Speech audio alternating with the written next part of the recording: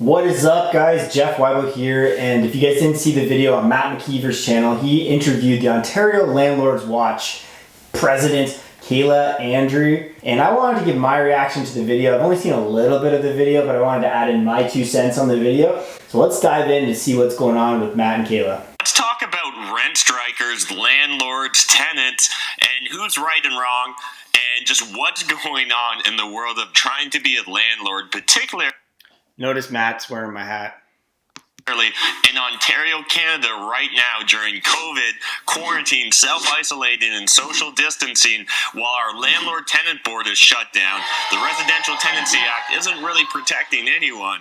And just WTF, when is this ever going to get solved? There's a lot of confusion, a lot of misinformation, a lot of assumptions, and just a lot of drama and noise currently. And it's really hard to separate the signal from the noise in our current.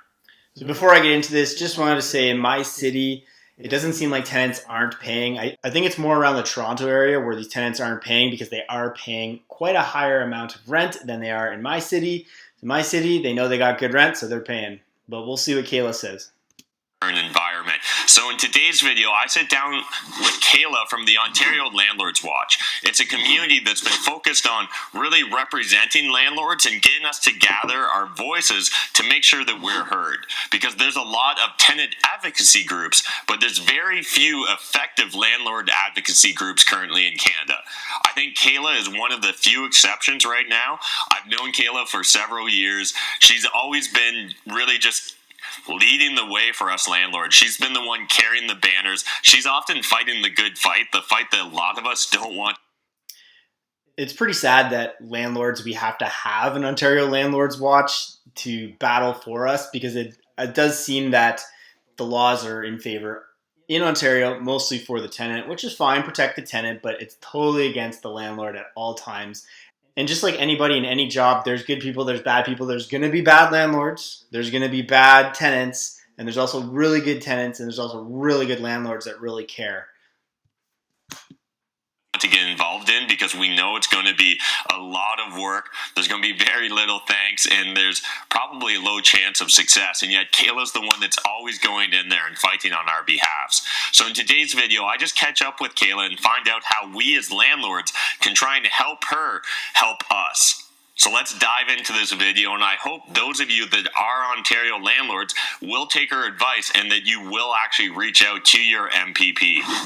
What is up, everyone? Matt McKeever here, and I'm really excited today to have Kayla from Ontario Landlord Watch just come and talk to us about exactly and myself spying on you guys. What's going on these days in regards to being a landlord, investor, and really just what's going on with the province, the landlord-tenant board, and just even rent striking and all that. I know that my audience has a ton of questions about this, Kayla. Do you mind, I guess, one, thank you for taking the time to join us here, but two, what's your perspective? What's going on, and what should we as investors and landlords be doing? Well, one, we obviously see a lot of relief that's coming to every different type of sector in Ontario based on the COVID-19 and what's happening. As everyone knows, as soon as this started, it was our elected officials coming out and telling people, hey, don't worry about rent. Don't worry, you're not going to get evicted. This is going to be something where, they gave everyone the... So when that came out, Doug Ford announced, don't worry, you're not going to get evicted. Everyone quickly thought, oh, I don't have to pay rent. And that caused a lot of confusion with tenants and with landlords. And the government had a lot of other things on their hands right now. And now we're dealing with this. The assurance that no one's going to get evicted. So now everyone thinks, okay, I don't have to pay my rent. And that's why we now have a growing movement of people now trying to not pay their rent. So the money that comes from the government right now through the relief programs, people are like, don't give it to your landlord. And that's why more of the landlords need to be concerned about it, but also the taxpayers should be concerned. And that was a crazy marketing ploy by tenant advocate groups that were against landlords, and they wanted to get this message out to all the other tenants, and they wanted majority by numbers so that nobody paid. It's kind of like, isn't that like the 5-minute rule in high school? If your teacher doesn't show up in 5 minutes, you just get to leave. But nobody ever really left. You kind of sat around a bit. That's kind of like, hey guys, we're not paying our rent. You with me? About this as well. Yeah. And so, like, I know that unfortunately we had some politicians at the start, especially a month ago. Like, I think one of the big problems is it's an unusual circumstance, right? And there's a lot of uncertainty and volatility going on. And our leaders don't even really know how to react either. And I think they're kind of looking over their shoulder just to see how everyone else reacts. And that's kind of. That's another thing too. A lot of our leaders might not be actual landlords. They're probably not even tenants. They probably just own a house. So a lot of this could just be noise to them, and they don't understand all the dominoes that would fall and all the effects that would happen with a quick policy update with "we won't evict you." Kind of dictating the sort of messaging and even the sort of solutions they're putting together, it feels like at this point. Oh, definitely. Like if you see that the way that the commercial side of it, they have came out with there's a lockout. There's a time frame of a lockout for the commercial units, and that's why the pressure had to build and enough where people are now going to be evicted out of their commercial rental units. So they came out with 4 months of commercial relief, but they didn't come out with any type of relief that was coming from the residential side of it. Even though there is rent banks for different agencies that are all over Ontario based on the region, and they would normally help people for rent arrears and last month's rent deposits. They've actually hold off on giving rent arrear relief from these agencies, but they're still giving out last month's rent deposits for the actual for last month's rent deposits.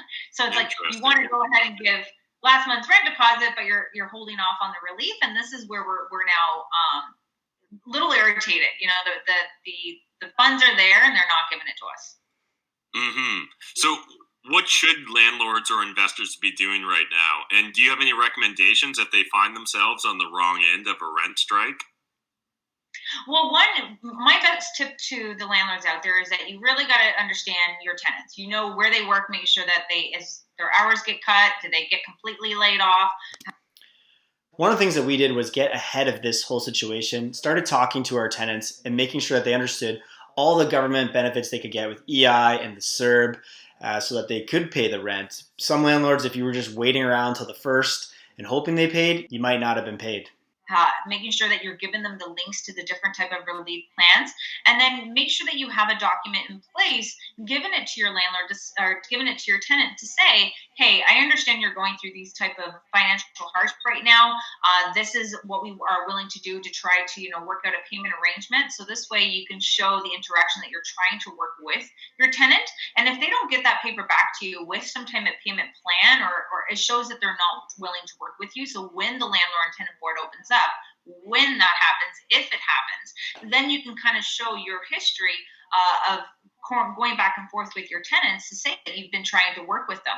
Because what's going to happen, what could potentially happen, is that when the landlord and tenant board does open up, they might just put that tenant on a payment plan.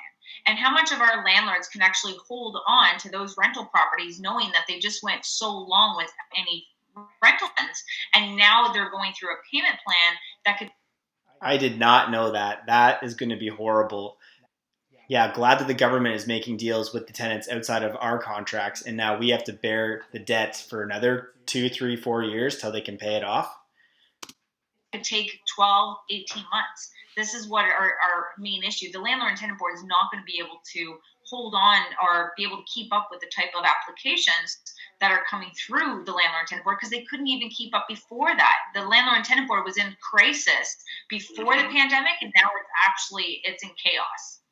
Yeah, absolutely agree. Before we start talking about the chaos, I just want to reiterate the point Kayla made there. I think this is the time to really double down on communications with tenants. Take a proactive approach, reach out, figure out exactly where they are and what they're kind of expecting so that we can manage our expectations and try and come up with, alternative solutions that will work for everyone. But it is really important to not take a wait and see approach. I think this is the time to be very proactive as a real estate investor or landlord. So talking about some of the chaos that's going on, let's talk about the chaos that was the landlord-tenant board before COVID-19 even happened. And then you can maybe tell us about what sort of crazy situation you think we're going to walk into once they eventually do reopen it. And just so you guys know, Matt has about 100 rental property units, so he's dealt with everything under the sun, and I own about 45 units of those 100 with Matt. Well, the Landlord and Tenant Board was getting in so many type of applications. There's about over 80,000 applications that are being brought to the Landlord and Tenant Board prior to this pandemic. There was over 58,423 applications that were for non-payment rent.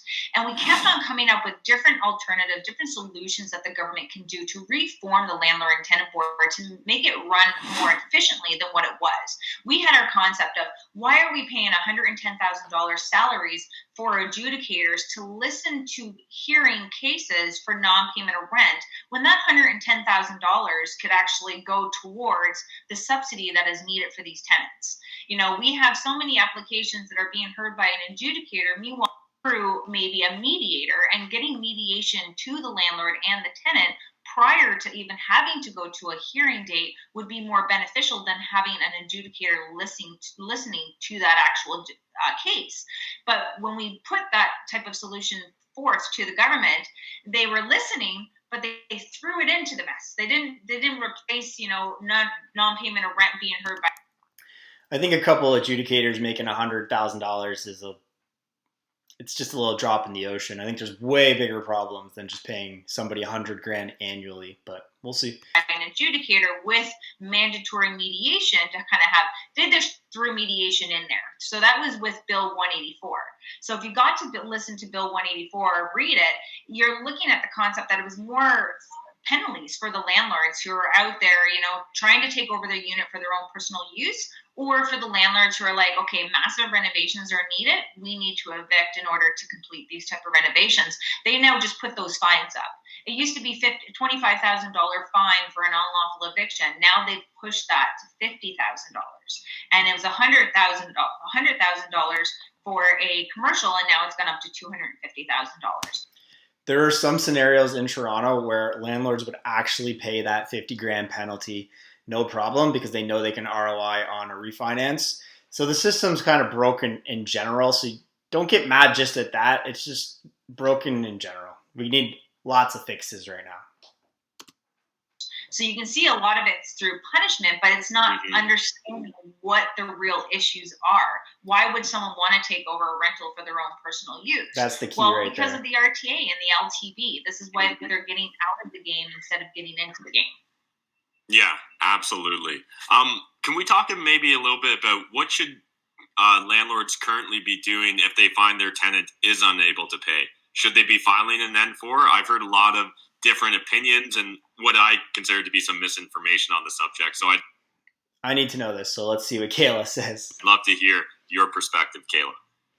My perspective would be giving the N4 like normal and making sure that you're only giving one for that time period, tracking if they give you any type of payments, because normally what happens when you give an N4, you actually have a certain time frame that you have to work with before you apply to the Landlord and Tenant Board. So there's an expiry on that N4. So that's what we're a little concerned with, because if you're giving your N4 now on April 1st, and you have 30 days to file to the Landlord and Tenant Board, and if you don't do that because everything is closed, is those forms still going to be valid when the Landlord and Tenant Board opens up? So we still want to follow our protocol, still give those N4 notices, and sometimes that N4 notice can help them when it comes down to when these social agencies such as Luther would, sometimes it's Ontario Works, but they will then release some funds to keep the people out of the eviction process and keep them in their homes. That N4 notice might be beneficial for them. And it's a part of what we're doing to advocate at the provincial level is to say through this pandemic and how people are needing rent subsidy, maybe a new N4 application should be created in a where that I give the tenant an N4, here's the amount owing, the tenant will sign on one side of it, the landlord will sign on the other, and then the landlord can give that document to the government in order to receive the funds. Because right now we're getting different type of funds coming from the emergency relief, but we have people who are paying, which are great, and a lot of the tenants are paying right now. But as things tend to unroll, we might see more people not be paying their rent. So this is more about getting the money directly to the landlord and get these people on a great track so that they don't fall into the eviction process when everything does come back to life. Yeah, absolutely agree with that. What else should landlords and investors be aware of or be paying attention to right now? You have to be calling. You have to be calling the Minister of Housing. You have to call his assistant, Param Gill. You have to be calling your local MPP to tell them like how you're experiencing. A lot of landlords in our group, they would be like, hey, Kayla, can we have like a generic letter that we can send to our MPP? And I tell them initially what we were doing was that generic letter, but now that's not what we need. They need to see personalized letters sent to their elected officials to say this is what's happening. We've contacted a lawyer, but no one really knows where to kind of go with this because it's what is in the Municipal Act, what's in the RTA. It's technically law, but the way that the government is treating the small landlords, when we contribute 50% of this housing stock throughout of Canada, it's very disheartening, and to see that they're not going to be increasing the supply. And they would, right before this pandemic, they would say, hey, this is a landlord and tenant board issue. There's a housing crisis. This is not a housing crisis, affordable housing crisis. This is a supply and demand issue. And that's what we're trying to show them, that as we can get more investors into our business of rental properties, you would see the type of supply that is needed, and that will fluctuate with the way that the rents are. Because people are saying now, the rents are going to go low, and I'm like, no, the rents are going to go higher after this pandemic to try to recoup the cost of what people had lost. So we have to get ourselves very embedded into politics very heavily if you're in this industry, because it's so heavily controlled by the provincial government that you need to be a part of what's happening, and in order to fight back. And that's why they see landlords were too scattered. We have small landlord associations that are nonprofit at a municipal level. We have big lobby groups that really benefit bigger landlords. But that's why Ontario Landlords Watch and Ontario Landlords United, which is our council that we created, we're now wanting to be that big lobby group for the small and pop landlords, because we are the solution to the housing industry of the housing crisis, but they have to listen to our concerns and get us what we need. Because right now we have a tool bag and there's no tools inside of it. And that's why they're seeing these type of these effects that they're currently experiencing now through the homelessness issue that they have.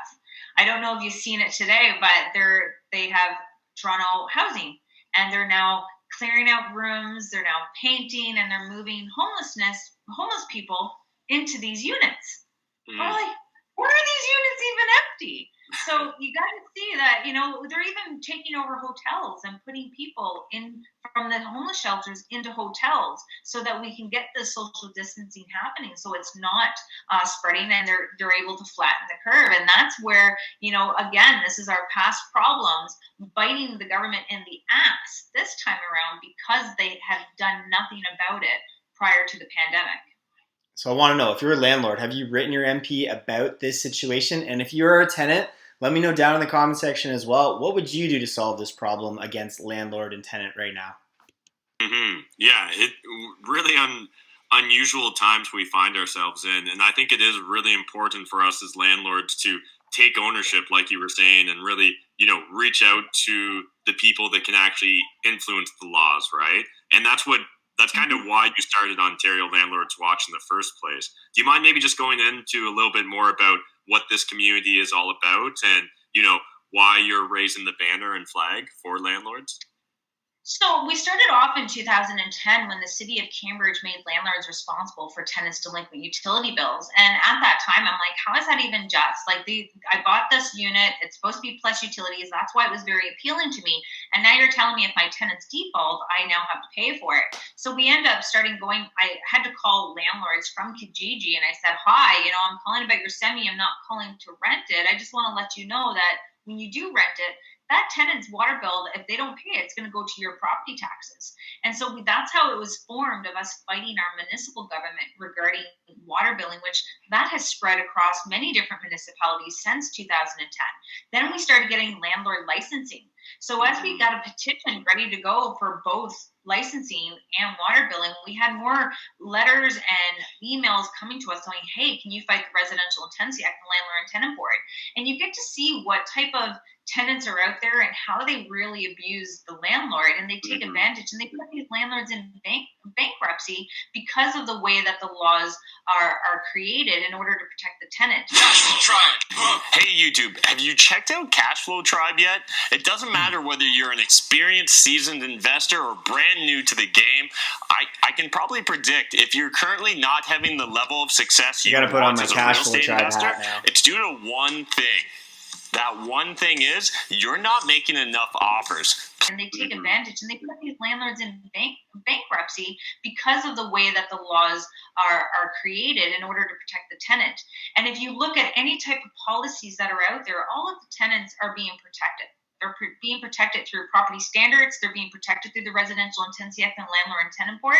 And if they do have any type of maintenance concerns, they can always go to their MPP or their city councilor. Landlords are just, we have to make sure that we have our paralegal and we're filing with the Landlord and Tenant Board. And when before the pandemic, people are waiting 7 months up to a year on a normal day before a pandemic to get an eviction, it's just... That's one of the things I've had to do. I pay a paralegal to evict tenants because I just don't even want to handle it, because us landlords will do something wrong and then it'll get thrown out in court. So you might as well pay a paralegal to do everything proper. Therefore, the tenant can't even be mad because the paralegal is doing everything 100% proper, and then we get the eviction, versus just a general landlord who bought a property and then has a nightmare tenant and can't get the tenant out. The government doesn't help them that much. So that's why we have to spend a lot of money on paralegals. It's not called for. This is where landlords are paying for a service. They're not getting the service that they're paying for, and landlords are not getting access to justice. With our tenants, they can get free legal aid. Landlords don't. So they always have this all landlords are rich and all tenants are poor situation. And this is why they keep putting that into getting the tenants more protection when they really don't need it. I can tell you, not all landlords are rich. Just because the property is worth so much money, that doesn't mean that's their money. It's all leveraged. A lot of them are living each rent check to pay off the bills. It's just a long-term play. So if you're a tenant watching this, they're not just taking your money, putting it in their pocket, and going to the casino. It goes into a bank account just to pay off all the bills. And this is what some landlords, you need to pay attention to Bill 184, because they actually want to keep a database of landlords who are using the N12 and the N13 notices and bringing it to the Landlord and Tenant Board, and going to hold it as a database to see which landlords could be abusing the N12 and the N13s. And we're going, well, are you going to create a database of tenants who are abusing the N4? You know, this is the main problem. And if you look at all of the applications, the non-payment of rent is exactly the problem that's bogging down the Landlord and Tenant Board. So they have to have a system that's in place to really analyze, one, does a tenant need to be on, social housing and need to be in social housing, or do they just need rent subsidy? And how can you get the rent subsidy to them where they're not going to abuse it, and it gets it to the landlord and keeps them from tapping into those funds and getting themselves into an eviction process? But we had to pull ourselves together through a landlord group on Facebook in order to know when things are happening. We have a way to connect to the members to inform them of what's happening, especially meeting with you, Matt, like having your members, getting them out there and getting them fighting, so putting like the Batman signal out there and telling our landlords we have to get loud, and we have to do it now, because this could be very catastrophic as each month goes by, as we still have. All right, guys, I'll wrap it up there. What did you guys think? If you're a tenant, you're a landlord, let me know down below. Let's have a civil discussion in the comments. No fighting it out down there. I know it's a really heated battle right now, but will you be paying your rent on the next rent day? Or will you be holding your rent back thinking that your landlord's a dirty slumlord and he doesn't deserve it, or she doesn't deserve it? Just let me know down below, guys. Thank you again for watching the video, and we'll catch you guys on the next video. Bye.